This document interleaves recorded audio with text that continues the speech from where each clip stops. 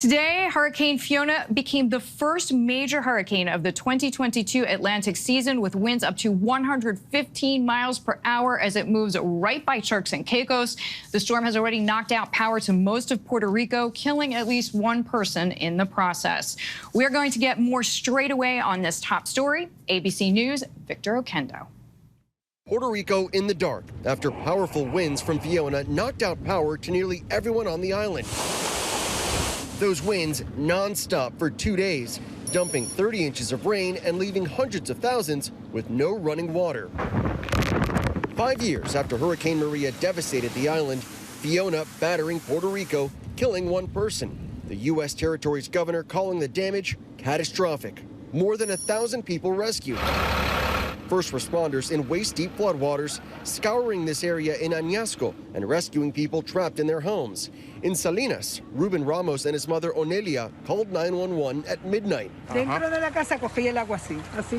water, she says that the water was running just like this, but inside of her house. But firefighters couldn't reach them for 7 hours. What was it like when the firefighters arrived? ¿Cómo sintieron cuando los bomberos llegaron? Oh. Felicidad, que estamos a salvo. Felicidad, you were happy, you were relieved. Happy.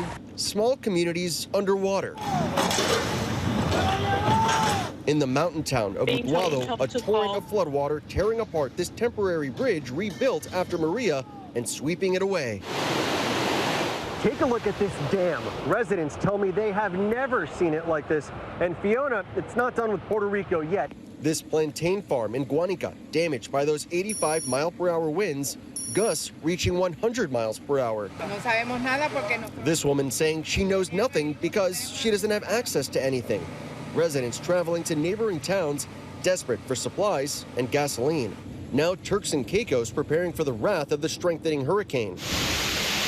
Fiona barreling over the Dominican Republic as it made its second landfall early Monday morning. 80-mile-per-hour winds whipping across Punta Cana.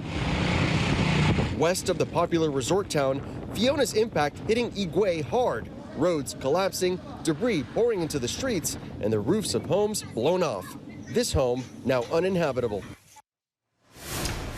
Victor Oquendo joining us now live from Toa Baja in Puerto Rico. So, Victor, it is a cruel irony that today is the 5-year anniversary of Hurricane Maria. We know that devastated Puerto Rico, left residents without power for months.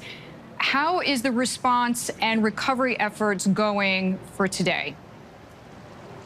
Well, Deirdre, those efforts are now underway, but because Fiona continued to hammer Puerto Rico with rain all day long yesterday, that created some very dangerous, some very rough conditions, so those crews couldn't get out there and immediately get to work. But I did speak with both the governor and the vice president of the power company that operates the grid here in Puerto Rico before the storm, and what they told me was that they were as prepared as possible and that they had a lot more resources in place ready to go once the storm does pass, and that they were in better shape than they were when Maria hit the island 5 years ago. Okay. That said, nearly everyone here is without power right now. You see this street behind me.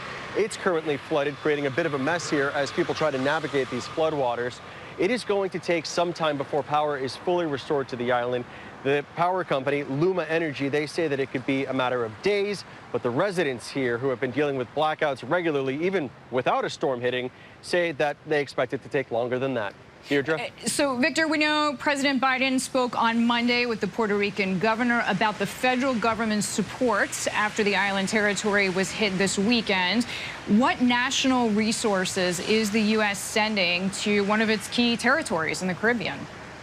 Yeah, President Biden is promising to help here. The White House saying that more than 300 federal personnel are already working to assist with response and recovery, and that is really just the beginning. Once some more damage assessments are done, that number should increase significantly. We should also mention that FEMA's administrator is headed here to Puerto Rico today. Deirdre? Victor, thank you so much for your great reporting. Victor Oquendo joining us there from Puerto Rico. Stay safe, Victor. Hi, everyone. George Stephanopoulos here. Thanks for checking out the ABC News YouTube channel. If you'd like to get more videos, show highlights, and watch live event coverage, click on the right over here to subscribe to our channel. And don't forget to download the ABC News app for breaking news alerts. Thanks for watching.